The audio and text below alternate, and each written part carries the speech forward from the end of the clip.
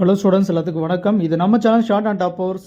இந்த வீடியோவில் என்ன பார்க்க போகிறோம் அப்படின்னா, டேரக்ட் சீனியர் முறையை மாற்றி டேரக்ட் சீனியர் போக முடியாது, ஜூனியர் முடிச்சுட்டு தான் சீனியர் போக முடியும், அண்ட் தென் இன்ட்ரோ நீங்கள் கட்டாயம் முடிக்கணும் அப்படிங்கிற அந்த நிலைமை ஷார்ட் ஹேண்டில் கொண்டு வந்தாங்கன்னா, ஷார்ட் ஹேண்ட் ஆகட்டும், டைப் ரைட்டிங் ஆகட்டும், இந்த டெக்னிக்கல் கோர்ஸை பொறுத்த வரைக்கும் அந்த நிலைமையை கொண்டு வந்தாங்கன்னா ஸ்டூடெண்ட்ஸ் அதை அஃபெக்ட் பண்ணுமா அப்படிங்கிற விஷயத்தை தான் இந்த வீடியோவில் நம்ம பார்க்க போகிறோம். சரிங்களா?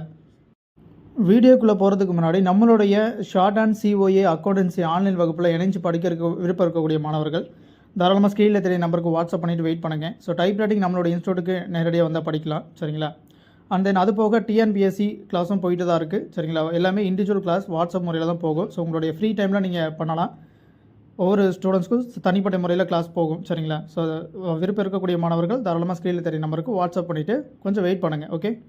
சரி, ஓகே. இப்போ குறிப்பாக பார்க்க வேண்டியது, நம்ம டெக்னிக்கல் கோர்ஸ் முடிக்கிறது எல்லாமே மேக்ஸிமம் அதிகப்படியான ஸ்டூடெண்ட்ஸ் முடிக்கிறதுக்கான காரணம் என்னென்னு கேட்டிங்கன்னா, குரூப் எக்ஸாம்ஸ், குறிப்பாக குரூப் 4 அண்டு குரூப் 2. ஓகேங்களா? இப்போ அந்த குரூப் 4ல் இருக்கக்கூடிய அந்த ஸ்டெனோகிராஃபர் அண்ட் தென் குரூப் 2ல் ஸ்டெனோ ஷார்ட் ஹேண்டை ஒரு குவாலிஃபிகேஷனாக எஜுகேஷன் குவாலிஃபிகேஷன் நீங்கள் ஷார்ட் ஹேண்ட் முடிச்சிருக்கணும் அப்படின்னு சொல்லியிருக்கு இல்லையா?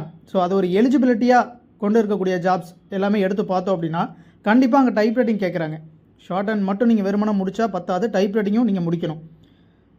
அது போக சிஓஏ கோர்ஸும் அங்கே மேக்ஸிமம் பெரும்பாலான போஸ்ட்டுக்கு பார்த்திங்கன்னா முடிச்சாகணும்னு சொல்லிட்டாங்க. அப்படி இருக்கும்போது ஒரு ஸ்டூடெண்ட் இப்போ ஒவ்வொன்றா ஸ்டெப் பை ஸ்டெப்பாக தான் போகணும் அப்படின்னா கண்டிப்பாக ஒரு டெக்னிக்கல் கோர்ஸ் வரும்போது ஷார்ட் ஹேண்ட் மட்டும் வெறுமனா முடிச்சா பத்தாது, டைப் ரைட்டிங் அவர் முடிச்சிருக்கணும். ஒரு டைப் ரைட்டிங் முடிக்கிறார், ஒரு ஸ்டெனோகிராஃபருக்கு நம்ம ரெடி ஆகலாம்னு சொல்லி வராரு உள்ள அப்படின்னா டைப் ரைட்டிங் கம்பல்சரி முடிக்கணும், ஷார்ட் ஹேண்ட் முடிக்கணும். அது போக சிஓயும் பார்த்திங்கன்னா அதில் முடிக்கணும், ப்ரிஃபரன்ஸ் கிடைக்கும். சரிங்களா? அப்படிங்கும்போது அவர் குறைஞ்சது பார்த்திங்கன்னா ஒரு 1.5 வருஷத்துக்கு மேலே 2 சப்ஜெக்டாக போட்டால் கூட 1.5 வருஷம் 2 வருஷம் இதுக்கு மட்டுமே டெக்னிக்கல் கோர்ஸுக்கு மட்டுமே அவர் ஸ்பெண்ட் பண்ண வேண்டிய நிலைமை இருக்குது இப்போதைக்கு.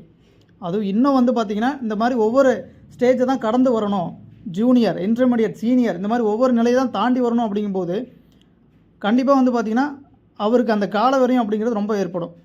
ஏன்னா அது மட்டும் இல்லாமல் டெக்னிக்கல் கோர்ஸை முடிச்சுட்டு அவர் காம்படிட்டிவ் எக்ஸாமுக்கு செப்பரேட்டாக ப்ரிப்பேர் பண்ண வேண்டிய நிலைமை இருக்குது. சரிங்களா? ஏன்னா காம்படிஷன் அப்படிங்கிறது நிறைய இருக்குது.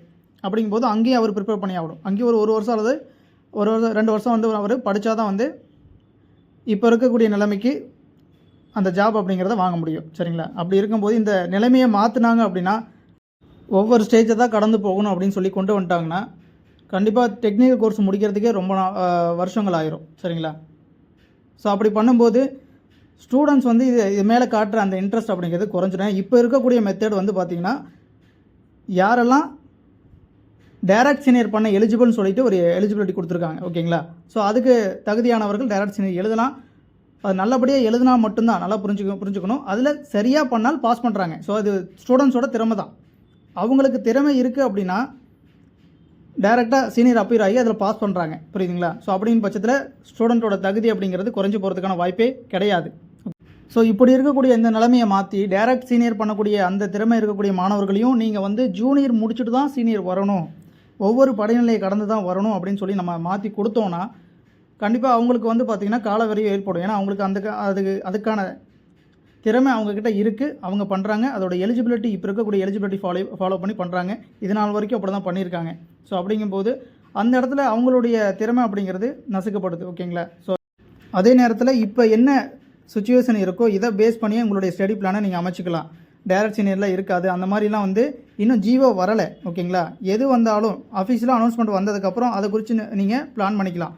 நிறைய மாணவர்கள் பார்த்திங்கன்னா இப்போ வந்துடும், அந்த மாதிரி நம்ம சேஞ்ச் ஆகிடும், அப்போனா நம்ம இது பண்ண முடியாது, அந்த மாதிரி இப்போவே பிளான் பண்ணிக்கிறாங்க. அது ரொம்ப தவறான செயல். ஓகேங்களா? எதுவாக இருந்தாலும் அஃபிஷியலாக ஜிஓ வரட்டும். ஓகேங்களா? வந்ததுக்கப்புறம் இன்ஃபார்ம் பண்ணுவோம். அதில் என்ன சொல்கிறாங்களோ அதை நம்ம ஒபே பண்ணி தான் ஆகணும். அது ஒரு விஷயம்.